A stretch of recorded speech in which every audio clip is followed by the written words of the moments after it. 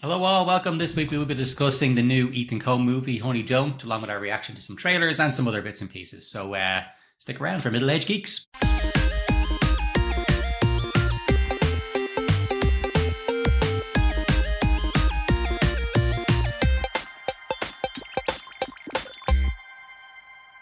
Hello all, I'm one of your hosts, Phil. I'm joined as always by my co-host, Daz. Daz, what's the story? Good man. It's raining and howling wind here, and I have to go and play a feckin' league tennis match after this, so I'm not looking forward to that. But yeah, it's been a good week. Watching some things, playing some things, and watching strange average movies. How about you? Yeah, pretty good, man. Pretty good. It's like I said at the weekend, last weekend we had new stuff coming out. So yeah, it's been a decent enough week. For those of you new to the show, our main part is going to be a spoiler-free review with some spoilers at the end, a movie discussion. But before that, we're going to get into some news and what we've been playing and watching. So on the subject of news, Daz, anything jumped out at you this week?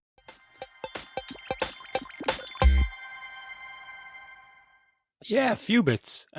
James Gunn revealed that the Superman sequel is coming, as he kind of teased. It's going to be in July, like middle of July in 2027, less than 2 years away, which is fantastic. And it's entitled Man of Tomorrow.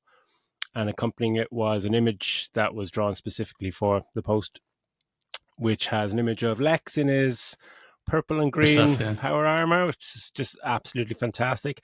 And interestingly, leaning beside him with a screwdriver, which kind of hints that maybe he's helped him construct the armor in some way, and maybe they're teaming up together. And what would they be teaming up against? It's probably Brainiac, and everything about that makes my heart pound inside my chest. And it's brilliant. It's as you had said in the text me, DC must be absolutely loving him because he's come out. Superman did its job perfectly.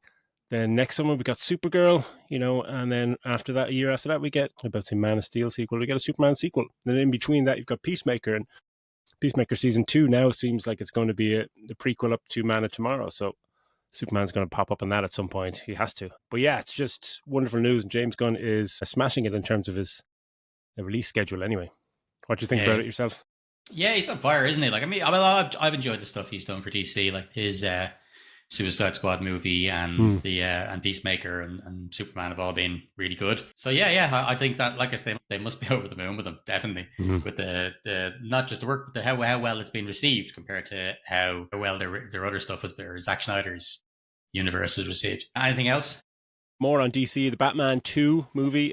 Colin Farrell has said that he's read the script and said it's absolutely extraordinary. But he says he doesn't feature too much in it, which is a shame, but I guess completely understandable. Fingers crossed that means we'll get to see more of Barry Keoghan's Joker in the sequel. But it's just good that someone's actually read the script because it's such a slow moving thing. I mean, like in the time that it takes Batman to Batman 2, James Gunn will have produced 3 movies in the Super Family and Peacemaker season 2, and it's just like, come on, get your finger out, get Batman 2 on our screens as soon as possible. But yeah, it's good It to hear is. that. Well, it also is cool to have two villains both played by Irishmen in the movie. Is It's deadly. badass, isn't it? It's so cool. And then last thing, the John Candy documentary trailer came out for I Like Me. Dropped a few days ago, and it's just wonderful. It's like 3 minutes long, and the first half is full of magical nostalgia for all his previous roles and just like really warms your soul. And then the second half is like just as a real emotional thump. And I never felt so emotional watching a documentary trailer. I've probably got to bawl my eyes out watching this. But it's just, oh God, I just can't wait to see it. And there's a point in the trailer where it comes up that he died at what is it, 44 or something like that, and it was 1994 that he died. So it's just like Jesus Christ, that's a hell of a long time ago. And he had amassed so many movies up to that point. Yeah, just did you see the Yeah, trailer? yeah. Just like it's just It's so what's cool amazing. is, but once the trailer came out, it got a bunch of different people were kind of coming out with their own posts about him. Then Yeah. so that's been great to read as well. So yeah, I'm really looking forward to it. So yeah, that's everything news wise on my end. How about yourself? Yeah, just the trailer for 28 years later, the Bone Temple, Mm, features heavily Jack O'Connell. I suppose that the cat's out of the bag there for when we were doing our spoilered section about how we yeah. didn't like the end of the other movie. But yeah, so I don't know. I didn't see any Killian Murphy in the trailer. I don't know. Is he supposed to be No. in this one or the third one? But yeah, like it looks very like it's just continuing exactly on from the last one. So we'll see what happens. Like it's just worried because it's Nita Costa. Like Mm. I just haven't. I'm a massive fan of the work that I've seen from her so far. But look, we'll see how this goes. Yeah, it's like, I don't know if it's alleviated the worries following the end of 28 years later, but the tone of the trailer looks suitably dark. It's not going off on a crazy new angle that Hmm. the end of the last movie suggested. But yeah, it's suitably kind of dark and looks like it's continuing the franchise. But then there is that shot of Jimmy just walking, smiling with the gold chains and stuff, and I just hope that works. Yeah. I'm sure it will, but it's just, yeah, it is absolutely cause for concern for me. But Jack O'Connell is fucking class, but it just looks weird. But yeah, decent trailer, I think. The only bit of news I had was actually sad news, and that was Graham Greene passing away. If anybody Yeah, doesn't know Graham Greene, he's pretty much the Native American guy you've seen in everything. But yeah, that was an absolute bummer because he's great. Everything he's in, he's fantastic. Even he's not saying a word because he has that kind of sunken kind of face. mm. Yeah, so that's a bummer. Uh, But yeah, no, that's all I had on my end for news. So with that, why don't we move on to what we've been playing and watching?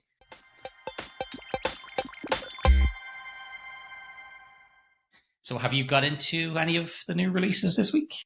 I played Silksong a little bit. I played about 2 hours of it, and because like the original Hollow Knight was, I played it when it came out. But it's funny playing games like this when I played the first one, back in 2018. It was pre-kids, so you kind of have all the time in the world to die and come back and fighting bosses and stuff. And I love the action from the first game and the kind of sense of discovery and all that. But this one, obviously 7 years in the making, it crashed every store that it launched on. See that? It crashed Nintendo Yeah. Store, PlayStation, Steam, which is fucking amazing. Like there's 500,000 concurrent players on Steam alone. It's just like, Jesus Christ, it's a worldwide phenomenon. But yeah, I played it and it's great. Played about 2 hours. It's fluid. I love the color style. It's a lot more vibrant this time around, but plays fantastic. It's fluid. I even got past the first boss without throwing a controller at the wall. That was kind of a lot of fun. But then there is moments, so like I was playing it quite late. It was about 1 o'clock in the morning, but there's moments where you get so far and then you just fuck up something or some new enemy, and you put quite a fair bit back to the last Oh, your last save for checkpoint, rest. Yep. save point, rest area. And that I remember bouncing off the first game because of that, even with the abundant amount of time I had pre-kids. And now I'm like, I don't know if am I going to be able to power through this? But yeah, it's interesting. I really want to hear what you thought about it, because have you played a lot more Yeah. or? I put a few hours into it. Not definitely more than two. Anyway, Hmm. I don't know how many hours I kind of, but I love it. I absolutely love it. Like it's tough. Like it is. It's a tough Hmm. game. Like these games are made to be very unforgiving. Like Yeah. you could take two hits and be dead. I mean, that's Yeah. it. Like so it's really gotten to be. But the thing is, like you said, you could be getting through a difficult part and you have to get all the way set back. But it's like a lot of these games. Once you've done that a few times, that part that was difficult to get past becomes the easiest thing in the world because Yeah. you've done it a few times. And then, but it's so much fun. I like that these games. Like if you haven't played the first one, so you're not expecting, you're probably expecting to be told a little bit. You're told nothing, like nothing. Yeah. You have Yeah. to I go in like like, that. and yeah, it's like literally figure it out. Like I think I was maybe 2 hours into it before I realized I could do that like pogo downwards fucking spiky jump thing. Like I was a couple hours into it, like I was jumping and then in the air, but I wasn't doing the whole down jumps. Like, fucking, this is a fucking fuck's sake. How And long did that first it's just, boss take you then? yeah, I didn't. Eh? I saw. I got beat. Is this the bell guy, the bell boss? Yeah. The Yeah. bell, yeah. I got beaten by him. And went. Oh god, I'm obviously not powerful enough yet. So I'd got off. So by the time I went back Hmm. to beat him, I'd kind of explored every single nook and cranny that I could without any more Wow. upgrades. Um, but like it's just great fun. I think for someone like me, it can be extra difficult because I need the map at all times. Like I'm useless. Like especially like, and I love Metroidvania games, but if there was a count for how many times the map gets opened up, like I'm definitely the winner. Like it's just Yeah. constantly up. So in this, when you're like, you don't even get any sort of map at the start until you go and buy one, same as the first game. And even then, you can only zoom in barely at all. Whereas I like to be able to fucking kind of go, okay, I'll go this way, this way, this way. Like, Yeah, so yeah, it's, yeah. yeah, so for someone like me who's just, because I'm useless with directions in general, it's, it's that bit more interesting because I'm just like, okay, I gotta get a map. Okay, where the fuck am I? I'm in the middle of nowhere. But it's been great. Combat's fantastic. The music is Mm. amazing. Yeah. It just looks Yeah, fantastic with little particles in the air and just the little yeah, it's so hues of fluid. Like, green and red in the background. Yeah. yeah, what they've done with the I color kind and of, stuff is great. yeah. And because I was thinking when I was hoping that I wasn't going to bounce off, and I'm going to play it again, but it's strange because even with the first Hollow Knight, like around that time, I would have been playing like Dead Cells and kind of roguelikes like that, where when you die, you're starting back completely again, starting the whole game again. Where I'm kind of giving out about having to go back and start 3 minutes beforehand. So I wonder what is wrong with me? Because sometimes, like even with the Ori games, and the Will of the Wisps, and both of those games, playing them and just going, "This is fantastic! I'm really enjoying this." And then there's a moment I just bounce off it, and I just never go back to it. And I don't understand when I'm loving the games. I don't know whether it's sense of annoyance that the checkpoint system, or have it become so used to being handheld through fucking games that any kind of difficulty spike or checkpoint, just annoys me fucking crazily. So what else have I been playing? I've been playing a lot of my retro handheld Yoki, and I've been getting into some DS games because even as a Nintendo lover as I was all through my life, when the fucking Nintendo DS came out, I just kind of blanked that whole console and the whole that and the Wii generation for some reason. So I'm going back to play like new Super Mario Brothers, playing Mario Kart DS. I'm just like, I've never played some of those courses. Just like, it's excellent, and still trying to get through Alien 3 on the SNES, which is the bane of my existence. But I'm determined to get through that game. Watching wise, I've been struggling to get through episode 3 of Alien. I've watched it 3 times. I've tried to watch it now, which is a worrying point because I really want to get to episode 4, and now the 5 is out. I'm be keen to hear what your thoughts are on that. But actually, after watching the John Candy trailer, I ended up watching Planes, Trains, and Awesome. Planes, What a Trains, and movie. Automobiles again. I just put it on. I just wanted to watch the last 15 minutes because I just the trailer was so emotional. I was just like, oh, I want to watch that, and I ended up just watching the whole movie again because it's just one of my all-time favorite movies of all time. It's just phenomenal. And that's pretty much been it. Oh, yeah, I played Astrobot with my daughter. Now she's taken over my PlayStation, Xbox, and Switch. But fuck, there's no going back on that one. But yeah, how about yourself? What have you Well, been actually, playing apart yeah. from Silk? Well, I did. I mean, I know I did say I wasn't. Yeah, because I've been mainly playing Silk because I finished up Silk Song because I finished up Phantom Hourglass, Wow. but Spirit Tracks is one of the few Zelda games I haven't actually played. So I was like, oh, Mm. I'm going to start that, but I can't get into it. I just don't like the whole. I know some people love the whole train part of it. I just don't like it, which is it's one of the main parts of the game is the train stuff. I'm just not into it. Like so, I might go back to it, but probably not. Watching wise, I always said I wouldn't watch Alien, but I did end up because I saw the reviews for episode 5. I was like, okay, I'll have to watch. Yeah, like I think like 5 is excellent. 5 is the best episode so far, Okay. but because it's all set on majority of it is set on the ship, on the first ship from the very first episode. So it's the whole Okay. Yeah. Yeah.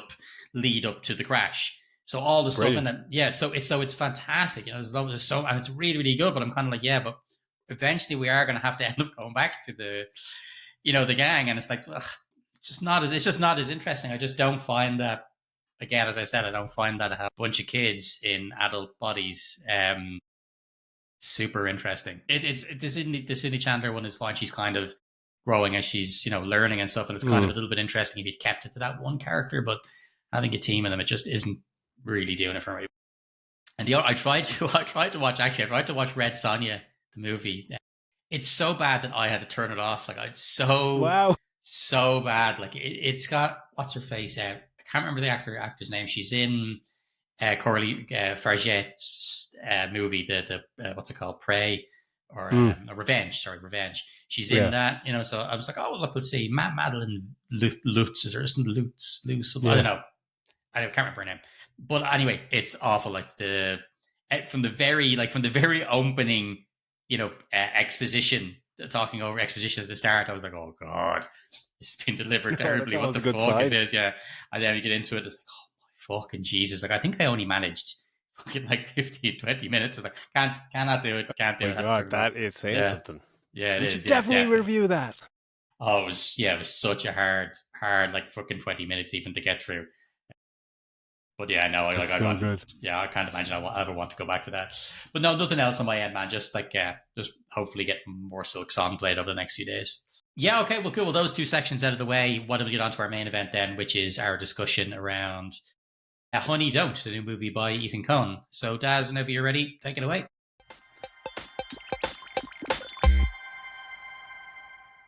Super duper. Honey Don't, written and directed by Ethan Coen, co-written and edited by his wife Trisha Cook. More on her editing prowess later. A budget of 20 million. It's made 5.5 million worldwide, and it sits on a 47% on Rotten Tomatoes. And the movie follows Margaret Qualley as private detective Honey Donahue, who investigates a series of murders suspiciously tied to a mysterious church. And that is the IMDb plot synopsis. And that's, I think, far more interesting than the movie I watched. So before we get into it, we'll go into spoilers, or we'll into spoilers. We'll do it backwards. We'll do non-spoilers and then a few spoilers towards the end. But firstly, Philly, what were your thoughts on this movie coming out of the cinema?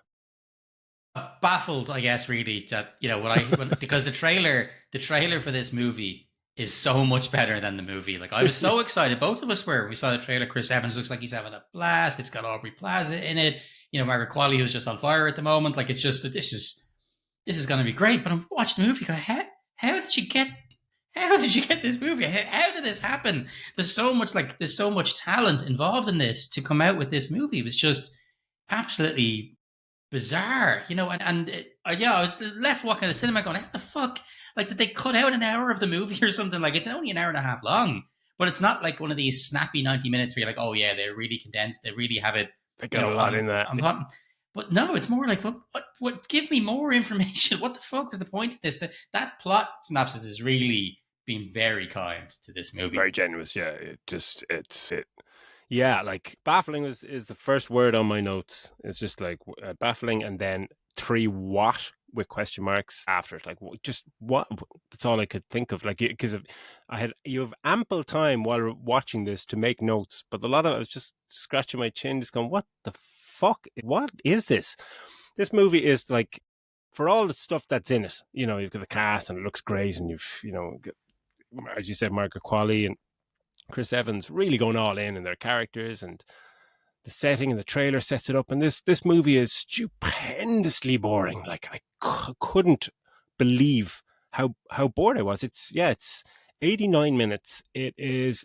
I think that they play a full song for the opening credits, so that's about 4 minutes. To take the end Oh credits my is god, about like that they six ruined minutes. the opening credits for me because that Yeah. credit starts and it's actually really well done. That they're going by and they say past an old cinema and that has the name of the maybe executive producer, and then you go past something else and like a water I tower love or when you whatever, do that. Yeah. and it's really cool, but it stops being cool when you do that for 4 minutes straight. Like I don't need to know who the key grip. I don't need to see their people like their names up in a clever way. It's like you fucking hell, really. It just could have just been done at the start, and then you could have moved it. But it kept going on and on. It's fucking whose idea was that? Like, you really ruined a good thing there that you had going by just like, okay, you've stopped making it special now because I'm fucking sick of it now. I'm just getting car sick looking at it. Like, it's just, yeah. Yeah, because you take that and you take the end credits, which I didn't stay around for, but let's say it's 5-6 minutes. That means it's an 80-minute movie, and it felt like a 180-minute movie.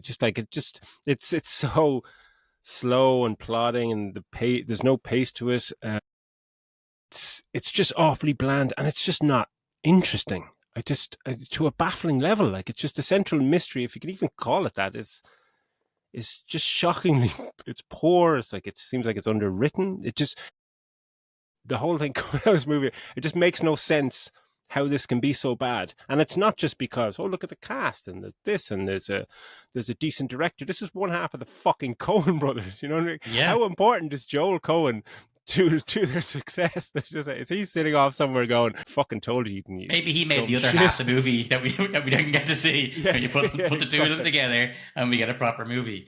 That extra 30 minutes that makes this movie make sense, they chopped all that out. But it's just, it's so tedious. It's awfully edited, like in a movie like this, and you get what they're trying to do with the sense of place and the town. Like it's set in Bakersville in California, and it's like a fucking town in the middle of nowhere or whatever. And it's just like this slow, plodding day to day life or whatever. But you don't need to translate that to me while I'm watching it. Like it just there's just no sense of momentum.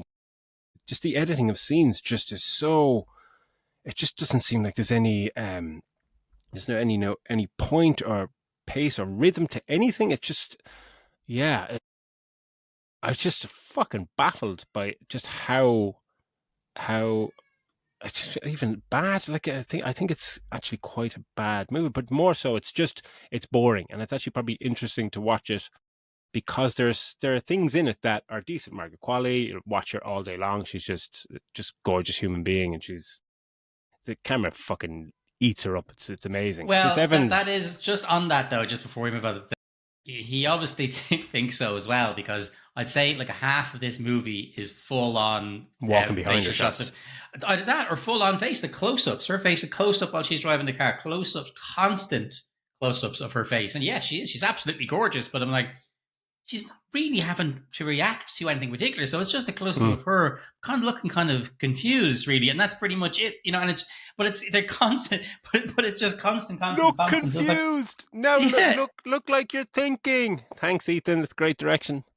yeah, Yeah. I get it. Yeah, Cameron loves her. She's gorgeous. She's a great actor, and I like the idea of that character for her. You know, as that kind of private detective. But like most of but the character isn't fleshed out enough, and not in an Character interesting doesn't do story. anything. No, It, like if like you had that character in like a noir style thriller or something, like, you know, that'd be fucking brilliant with a cool twist. 100%. I think that'd be a great character. mm.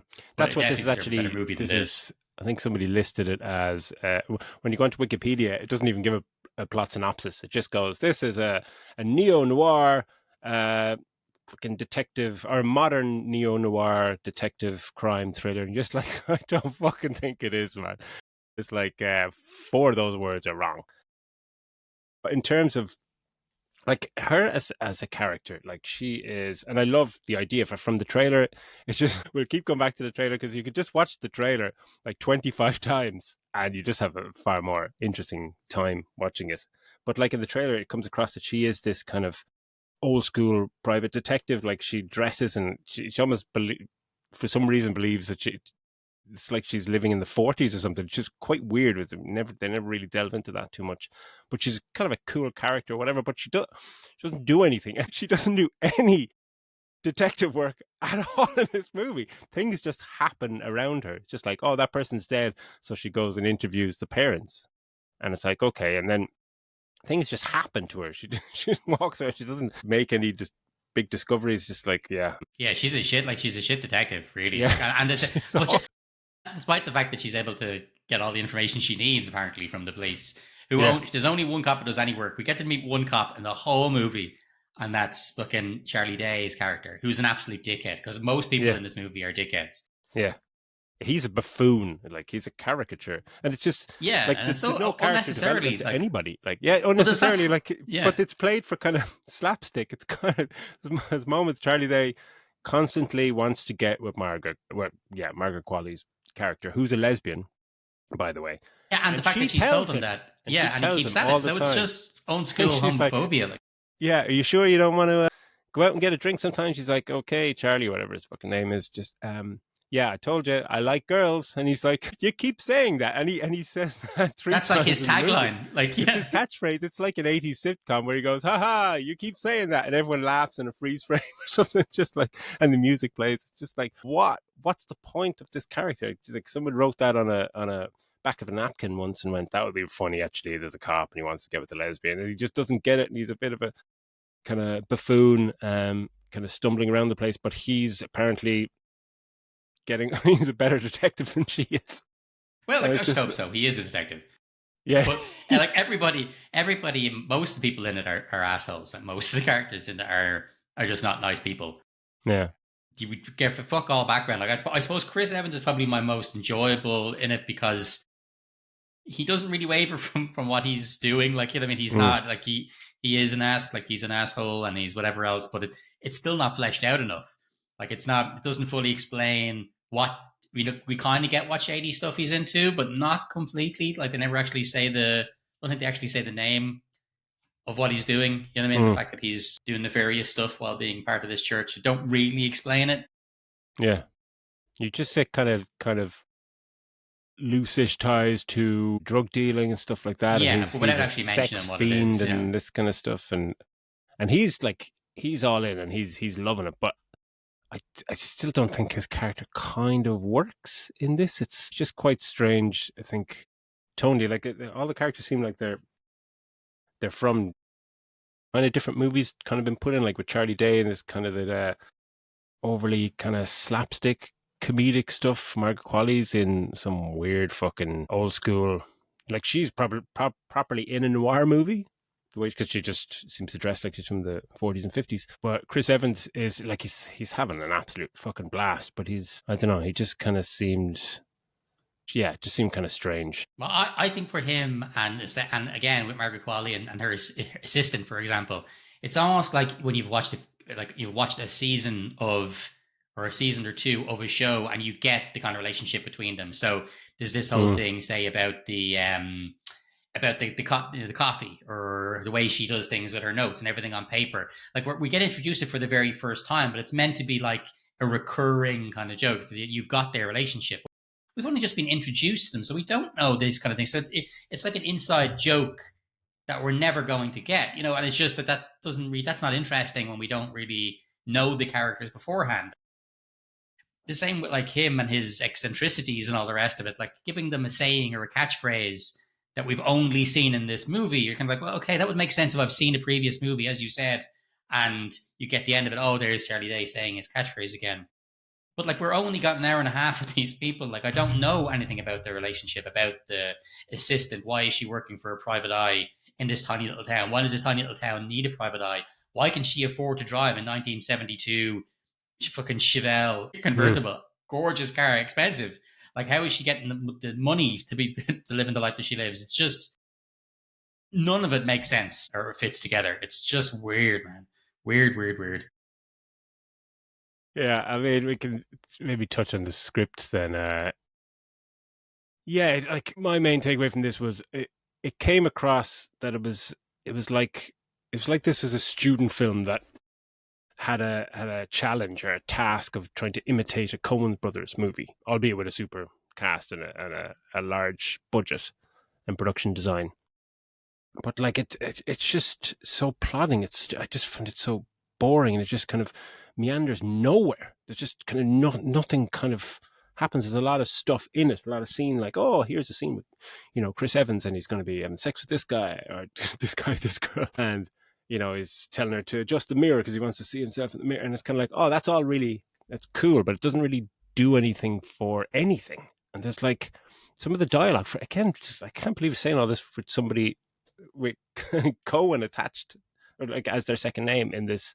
Like some of the dialogue, I, maybe it works on a page, but like there's a moment where, like, Margaret Qualley, I think it might be in the trailer. Margaret Qualley, when she goes into Chris Evans in his church, and she's sitting down in his office, and he's trying to smooze her and talk about, like, oh, you want to get a drink. She's like, oh, I dry out on Tuesdays, and he's like, well, today's Wednesday, and she's like, no, it's Tuesday. And then he has a beat, and he's like, oh, what is Tuesday? And it's just like, that's not funny. Like, No, it's or not. interesting. It's not funny or interesting, and it's like it's really like Ethan Coen wrote that down and went, that would be amazing because that's Chris Evans and Margaret Qualley, and maybe somewhere if you're chatting about a potential scene in a pub somewhere, that might be funny, but it's not funny. Then there's another line where, like, there's the drug dealer meeting the kid in the parking lot, and he's saying, like, oh, I've but I've got a tab, I don't pay for this. And the kid's just like, look, I'm here just to collect the money. And he's like, well, who are you, the accounting department? And you're like, who's that line for? Like, what the fuck is the point of that? I just rolling my eyes during that. I just couldn't get over how, just how poor the script was.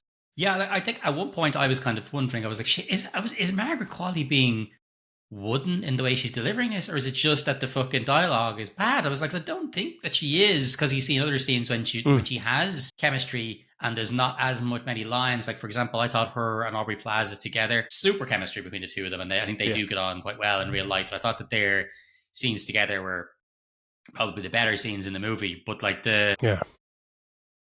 I was almost put. I was like, surely she's not, because it feels so. Oh, the dialogue felt so awkward. Like they're trying to give her this kind of, as you said, like fucking 1950s gumshoe PI kind of, snappy kind of thing. But that character isn't fitting in with the rest of the world, and so her dialogue is so different. It's so offset to the way other people are talking, and it's a weird choice, man. It's like it she really believes is. she's in a different movie, or is if there was something like she's a fan of that time or something like that, or if somebody said actually there's a prequel to this where she's actually been transported into the future from 1953, you'd go, oh fucking hell, that makes perfect sense. Oh, and by the way, this, I don't know if you knew, I didn't know this about the movie, that this is the second part in a proposed lesbian private detective trilogy from Ethan Cohen and his wife. The What was the first one? Drive Away Dolls, I think, is the first Oh one that was yeah, I didn't. made last year with Margot Qualley as With well. Mark Qualley. Yeah, I didn't see that one though. I didn't know that was part of it. And there's the third one, apparently. So we're going to get another one of these. This movie kind of makes me want to watch that first one that's supposed to be equally as shit. So I kind of want to watch it and kind of don't. But yeah, just the whole Margaret Qualley thing is just... there are moments when you're looking at it going, is this good? Is she doing something good? Or is she trying to do something good? She's obviously been directed to act this way, and it's just like, but what time are you in? What movie are you in? And why is this dialogue that is supposed to be kind of sharp and kind of snappy and kind of cool and off kilter and not of its time dialogue, but it just makes no sense, and it's not really interesting what she's saying. She's kind of just saying say like catchphrases or something, just, it's weird. Yeah. It's only for the fact there's a mention of Trump or MAGA sticker on the back of a bumper where she puts a sticker over. It's quite funny actually, sticker over the MAGA sticker, and her one says like, I have a vagina and I vote. And I was just like, oh my god, so this actually is in and around present day. Other than that, I was just like, did I miss something at the start of this movie? Is this in a weird, like, non-time? Well, they mentioned COVID. Mentioned COVID near the start. Mentioned COVID as well, yeah. But I was just like, what the fuck is going on? Again, with like used Billy Eichner, because I was like, okay, this could be interesting. Is he going to have a cool, side story, or is he going to come in, and have his story pay off? But pretty much pointless. And we'll get to the spoiler section. We'll talk about another character that comes in who's absolutely pointless, doesn't get any sort of further. It's just like that. There's threads that are kind of picked up and not followed. That maybe might have made it more interesting, but I don't know. Was this just a reason for him to get fucking gratuitous lesbian nudity into a movie? Like, there's a lot of that.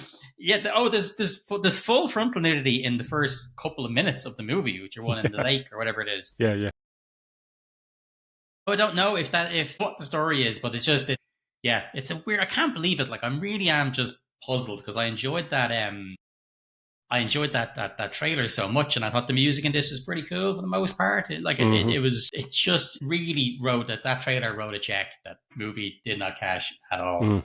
And yeah, Trisha Cook, Ethan Cohen's wife, who edited it, to check IMDb, and she's listed as an editor on like Big Lebowski and Brother Where Art Thou? And I was like, holy shit, like she's edited a lot of these. But then you go in and she's edited it with Joel and Ethan on all those movies. So then again, like this, the editing is she's down as editing it, but also Ethan. So like really, Joel Cohen, is he just the secret sauce, or is this like a real showcase of how hard it is to make not even a great movie, like a good movie, that like all the pieces are kind of there, and just something missing. You can very so easily just miss the mark completely and end up with this. And that's why it's just so baffling. And I think there'll be essays written on this fucking thing. It's but yeah, her editing I just couldn't get over how it just seems like scenes are just plotted together with the lack of sense of rhythm, where just sitting, I think I was maybe 20 minutes in, just sitting at the screen, just going, Jesus fucking Christ, will you get a move on? Like, what's fucking happening here? You start with a car crash. Well, you start with the credits that are just mind-numbingly, it sets the tone and the pace for like the misguided editing choices throughout the movie. And then you start with that car crash and there's somebody taking the ring off the person, and it's just like, ooh, that's kind of, here's the mystery. And that's like a 2 out of 5 in terms of interest level. And then it just falls off a cliff from there. And just like, how is this happening? Like, where's the mystery? What is the mystery? Like, Audrey Plaza, we spoke a little bit about her. She's great. I love her in this. She's great. And her character is great until she's not. And I'll get into that later on, which is the fucking weirdest. Like, the movie is perplexing in terms of how it's been made and how shoddy it is.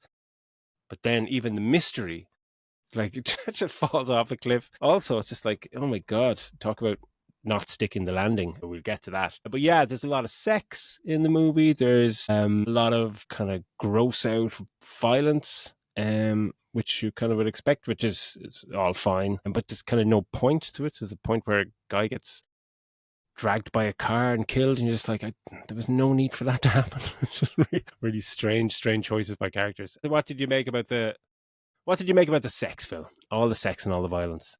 I looked at here. Obviously, said these are beautiful, beautiful women, all that kind of stuff. But just to put it in the scope of the movie, I didn't really feel like it fit in with everything. You know, like if this, because it's graphic and all the rest of it, and that's great. But even we're talking about Chris Evans' stuff as well as the what's called Margaret Qualley and Aubrey Plaza. It doesn't sit in again with the movie. Like, these are scenes that feel like they belong in a different movie. You know, like we haven't got enough about Chris Evans being this kind of creepy pastor guy for you to show this the only background that you're showing us. So I want to see more of him milking the congregation and all the rest of it, and then you see the kind of shadier side. We only really see him with the congregation once, I think.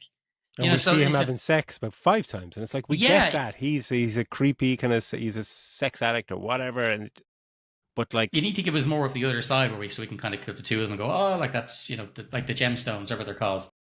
What's the name of that TV show? The Wondrous Gemstones or whatever. With Danny McBride, like that kind of thing. You see plenty of them at that front, you know, of them being this fucking or preacher or whatever else, and the crowd all loving him, and then we see all the horrible shady shit they do behind the scenes. You see most of what we see for him is just shady shit behind the scenes. So that's kind of yeah. So basically, what's the point in showing us him like more than once having, you know, getting sex, and then the lesbian stuff, they go so heavy on that. Like, there's one point in a bar, you know, where between the two of them, they're kind of like, hang on a second, isn't this place just full of people and full of guards? You're sitting at the bar. How is no one seeing the way you're sitting, like, facing each other? It was like, well, like surely everybody can see that. Like, why are we acting like nobody would be able to? Well, nobody wouldn't go. Like, it's just there's 2 lesbians at the bar there doing something. Yeah. Again, bizarre. because again, I know they know each other, but I don't think they've. Maybe we'll talk about it more when we get to the spoiler section. Why that was a little bit confusing as well. But I don't know. Just what about you? Did you find it? I just thought it was. I'm sure teenage me would give me a slap in the face, but I thought this sex was gratuitous for a movie of this length and of this style. It took up too much time of an already lightweight running time for the movie, like 80 minutes and 89 minutes with fucking credits. That, like, especially the Chris Evans thing, I just thought, it's just like, oh, I get it. Give me more of his shady dealings. Give me more of the kind of how he, like, is there, you know, it's a movie basically about red herrings all the fucking time. Like, lean more into his shady dealings and the what he's doing behind the scenes with the church, and like, that's as awful as that is in terms of real life stuff, but that's interesting and fascinating in terms of movie and script wise. But like, even then, it's trying to go down that route. Like, there's a mystery that just, it meanders off the mystery, then it goes into Margaret Qualley's kind of her sister and her family, and then it goes down domestic abuse like road, and you're just going, how is that lining up with Chris Evans as a sex fiend drug dealer? It's just like this, it's kind of all over the place. Like, what are you fucking trying to do? Just stick to the fucking mystery, flesh out the characters, and give us a decent payoff. It just misses so many angles and avenues it goes down. It just misfires fucking completely. But yeah, and then the violence is, you know, it's fucking grand, but it's it's kind of pointless as a bit, and we'll get into spoilers. And final scene is kind of like a little, like half-assed little fight sequence that is just one of the worst edited and choreographed pieces of shit I've ever seen. And it features lesbians and in having a fight in the kitchen. You're going, that that should be pretty cool, right? Um, but yeah, I don't know. Like if anything else we kind of bring up is just it's Yeah, like adding more fuel to the fire of just how yeah, much of a yeah, misfire this is. It's just so disappointing. yeah. No, I agree. I think, and the thing is, like, these are talented people, and of course, the film for that does look great. Like, it's shot well. Some of the shots are really great, and it really gives you that sense of this town on the outskirts, almost like a desert kind of town, and the lives of people, you know, live there. But at the same time, that's kind of where it stops. You know, that's where it ends. That's where the interesting part of it ends, because you're not picking up a single plot thread and following it, or even giving us a bit of mystery. There's red herrings when you're going to go, oh, that was clever because it made me think this, and Yeah, these aren't clever ones. These ones are just introduced, pointlessly thrown in, and then gone. They're not clever misdirects in any way. And so, yeah, it's a no for me. Like, I definitely cannot recommend this one. no. So let's give it a score rating. What would you give it? Like, I'd probably go just, and this is being generous, I'd probably go 2 stars just because I really like the chemistry between Margaret Qualley and Aubrey Plaza. They were great together. I'd love to see them on screen more. And because, look, it looks well, it's shot well, all the rest of it.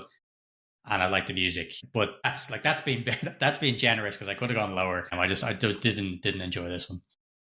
What about you? Yeah, I'll go lower. Yeah, one out of five because, and that's not even that's been generous because I think we've given some shitty, really shitty movies 1 star as well. I just thought it was just unbelievably boring. The only positives, yeah, are it's shot very well, some nice music moments, but like so much of it is just forgettable, and it's just watching Margaret Qualley on screen looking great, but kind of not doing anything.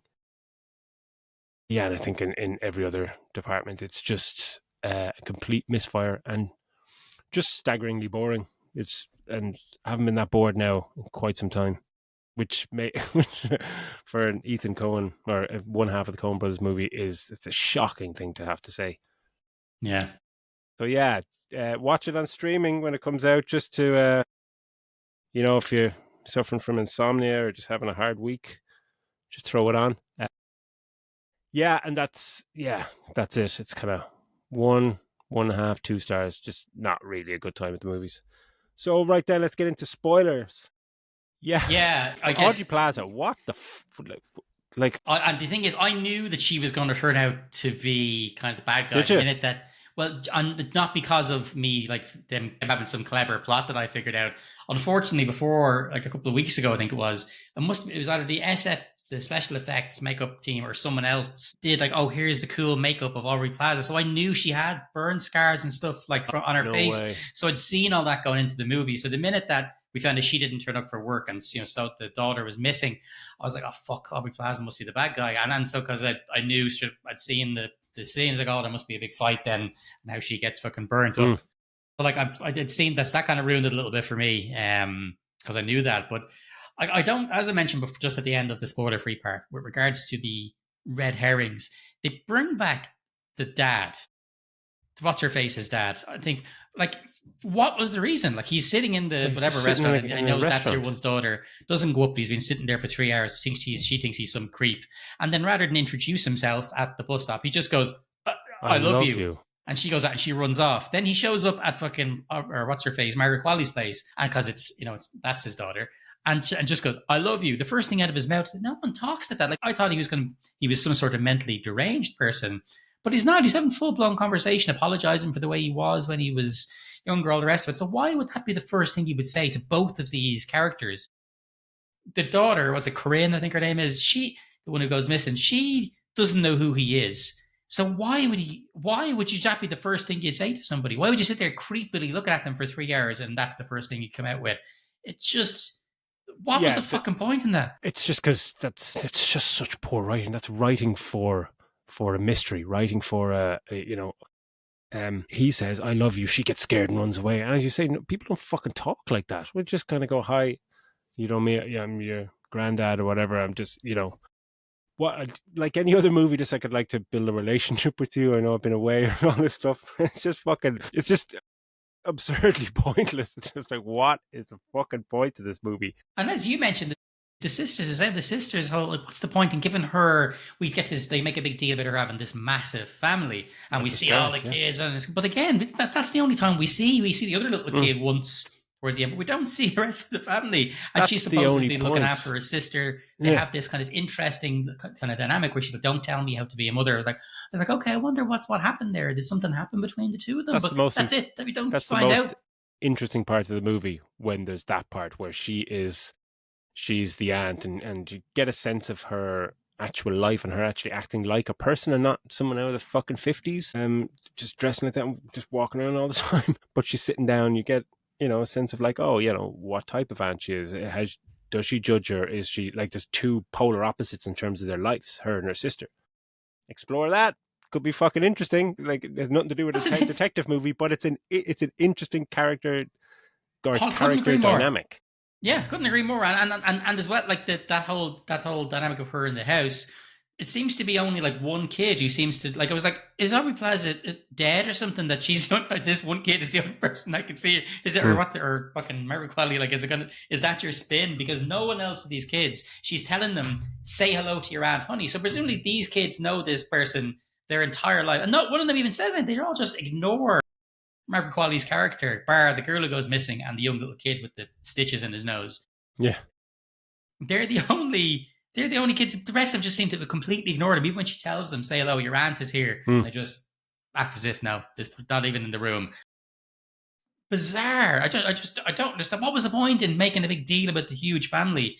We're not even going to Yeah. entertain what's going on with them. It's Yeah. so I weird. wonder if this script has been torn to shreds, because another one of those things about this being a trilogy is like, I don't know where it was reported or if Ethan Coen said it himself, but that this trilogy is the culmination of 20 years of writing for this trilogy. And you're going, okay, the last time I 20 heard years of him somebody 20 years of him watching lesbian porn maybe, and that's just like, I got a great idea what I can do here with this. We'll call it a freaking we'll call it a trilogy, wink detective. wink. She's a detective, yeah. I want to do a scene in a bar with two lesbians. Getting to that scene, that's just creepy director writer shit going on there. Like, I get what you're kind of trying to do, but it's like she just sits at the bar with her, the two of them sitting at the bar, the packed bar, grabs her hand, sticks it between her legs, and then she starts to finger her, and you're going like, Well, that was okay, going to be my question. that's why is this happening? Like, I get it because they're trying to do this thing. Oh, she's trying to have a conversation while she's been aroused and all, but it's just like, whoa, this is just weird. Like, it's just But that's weird. their Why is it happening? first date, isn't it? Like they know each other, but that's like their first date. But she goes in and she's said she's arrived late. The thing, what's her face? Aubrey Plaza sitting at the bar and she's facing Hmm. side on like this one. So Hmm. yeah, everybody in the bar can see her. But when Margaret Qualley sits down, she just pretty much grabs her hand and Yeah. sticks it up her dress. So it's like, isn't this the first that you barely haven't said a word yet to each other, and straight away she's and then the two of them are fully like face as I said side on. It's not like they're both facing at the bar and she's got her hand over. They're everybody in the bar can see, but they don't make a big deal. The barman comes over and goes, "Which one under a drink?" And fucking Aubrey Plaza takes her hand out and goes and fucking and licks her fingers Yes. on front of the It's just barman, going. and all the rest of it is like, what is the point in that? Like It's, it just doesn't fit in this movie.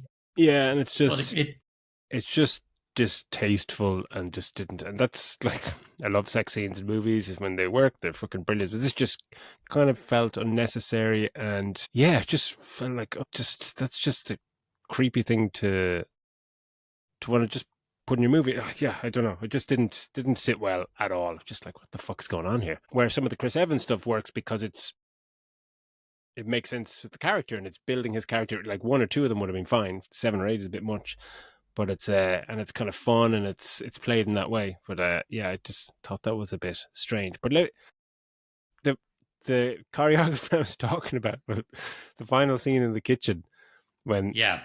the face off, and that, yeah, I didn't see that coming, and it wasn't. Oh wow, Audrey Plaza is the person who killed. Did she kill the person in the car?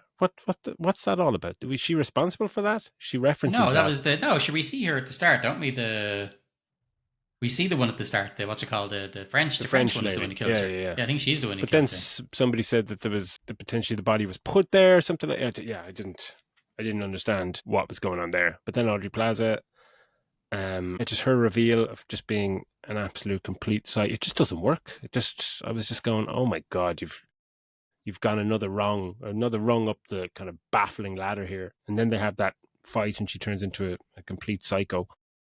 And it's just the most shockingly choreographed. It's just like, I swear to God, it's a student film.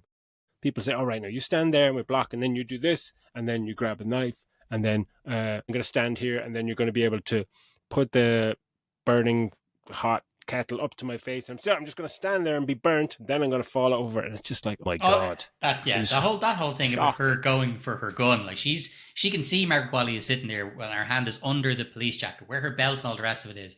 But she's fucking monologuing while she's reaching down to get the belt and then lift it up. And of course, there's not going to be a gun in it. Mm. You've left her on the ground while you've been And can you not monologuing, see that rooting in she's your holding jacket. it? Like, Because she's yeah, holding it. exactly. Yeah, she's holding the fucking gun. When she finally shoots her, she's still holding the kettle in front of her, which is full of water. It doesn't really move. Bullets go through it and into Upper Plaza, Mm. and obviously these two, and water just starts spraying out of it, in these exact circles. But the thing doesn't, like, surely that fucking shooting a kettle or in her hand at point blank would make it fucking move in some way. Yeah, it's a But it high just makes a caliber bing pistol. bing. It's just bing bing, and then she gets a headshot. Then it's yeah. I don't know that I agree with you, Daz. I thought that was really really poorly choreographed. Just shocking. Like, yeah. Is there anything else spoiler wise? It's just not really interesting enough to go into. Like, there's not. I don't. Like I said, I don't think that whole plot with Chris Evans. I actually didn't. I actually quite liked him as that character. Again, I said I just wanted to see it fleshed out a little bit more. I thought that could have been really interesting. Really interesting. But the other stuff around it, like his henchmen and stuff like that, you're not really giving me much on them. What is your man that's kind of, is he Australian? The guy, and Yeah. you're not really getting backgrounds on them of why they work from, or I assume it's cocaine that they're talking about, but they don't actually think they actually mention it that it is. No.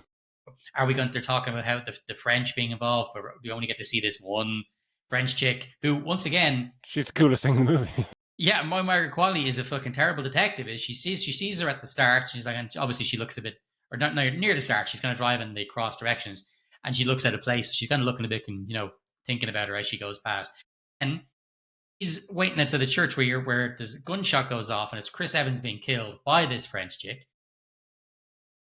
She's the only one that leaves the scene. She gets on one of my guys, rather than do anything, and Mark Qualley say that to Charlie Day, she just says, "Oh, it's a bit, I heard a gunshot. It's a bit weird." And Charlie Day's like, "Well, we can't really interview that. That's just a sound. It's not a something happening, so we can't really investigate it." But like, why? Someone just said there's a gunshot, and why don't you give him a call? Have somebody call over there. But it's just like, nah, we're not going to bother doing anything. So we never see Chris Evans again. And then the very last scene is her at the traffic lights, and she sees this French chick again, and she just starts hitting on her in traffic.